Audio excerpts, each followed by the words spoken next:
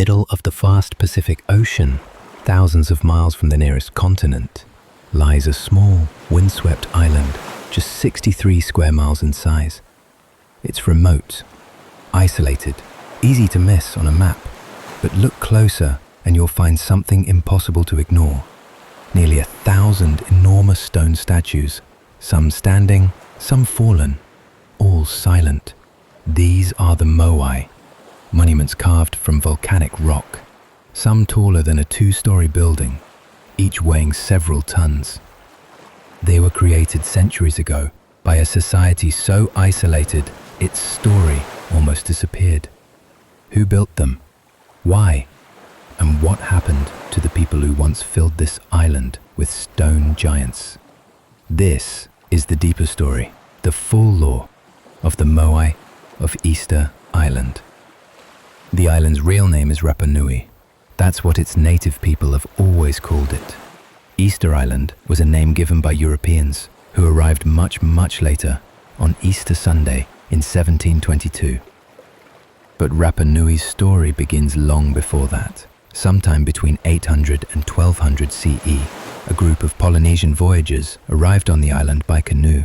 They were expert navigators, guided not by maps, but by stars, ocean currents, bird patterns, and ancestral knowledge. When they first landed, they found a place very different from the grassy plains we see today. Rapa Nui was once covered in lush forests, including tall palm trees found nowhere else. Birds filled the skies, the soil was fertile, the climate forgiving.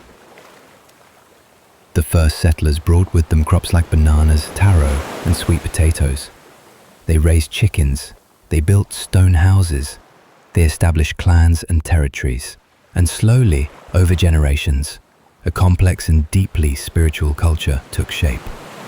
At the heart of this culture was something rare, ancestor worship, not in abstract form, but literally carved in stone. Between 1250 and 1500 CE, the people of Rapa Nui began carving what would become their greatest legacy, the Moai. Over 900 statues were created, most from a single quarry at the base of the volcano Rano Raraku. The rock there, a soft volcanic tuff, was ideal for carving. Each Moai represented a deified ancestor, usually a powerful chief or spiritual leader. Creating a Moai was a sacred task, commissioned by a clan meant to honor the dead and protect the living. These weren't just statues, they were considered living spiritual presences once completed. They were placed on stone platforms called ahu, typically located along the island's coastline, facing inland toward the villages they watched over. Many also had puka, large red stone top knots placed on their heads, symbolizing status, mana, or sacred energy. Carving the Moai was difficult. But in recent years, archaeologists and Rapa Nui oral traditions point toward a method both surprising and elegant. The statues were walked to their final locations. By tying ropes to each side of a Moai and using carefully timed pulls, teams could rock the statue forward in a controlled wobble, essentially making it step across the landscape. Not only has this technique been successfully replicated with modern reconstructions, but island legends had described the Moai walking for centuries.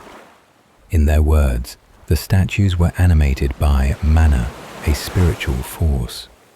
The creation of the Moai was not just a spiritual act, it was also political.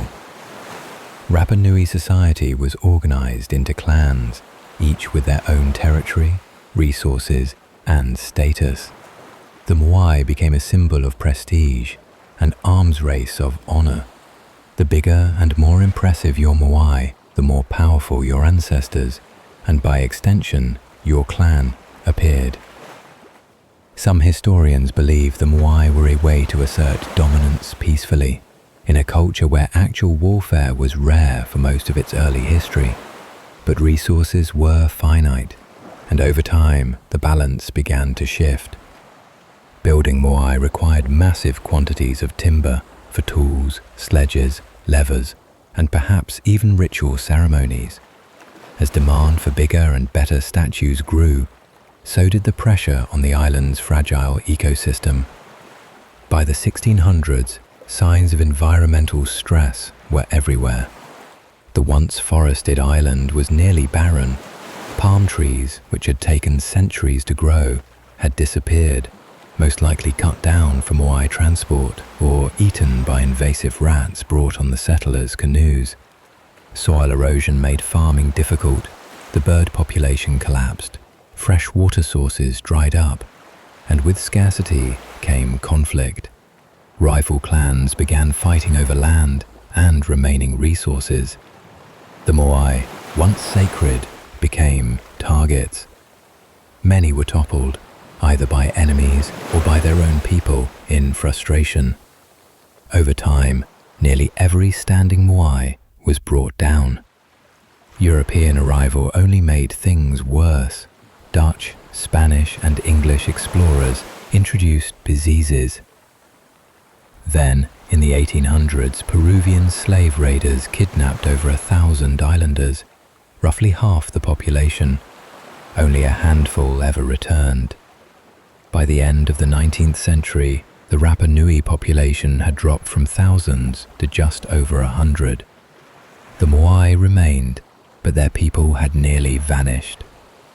For decades, the story of Rapa Nui was simplified into a warning, a tale of a society that destroyed itself through greed and short-sightedness. But modern researchers have challenged this version. The Rapa Nui were not reckless. They adapted. They built stone enclosures to protect fragile crops. They dug wells. They found ways to survive long after the forests were gone. It was outside contact, not just internal mismanagement, that led to collapse. Their story isn't just one of tragedy, it's one of endurance. And the Moai? They're not symbols of failure. They're expressions of faith, engineering, culture, and legacy. Built by hand, moved by human will, created to last. We look at the Moai and ask, how did they build them? But maybe the more powerful question is why? Why, despite environmental stress, dwindling resources, and growing hardship, did they keep building? Maybe it was a way to hold on, to remember who they were, to honor what they came from. Or maybe, like all of us, they were just trying to leave something behind that wouldn't disappear. The Moai still stand, silent and weathered, yet enduring. And through them, the people of Rapa Nui still speak. You have been listening to Lazy Lore, where you can relax, learn and unwind. Don't forget to subscribe for more soft, lazy history.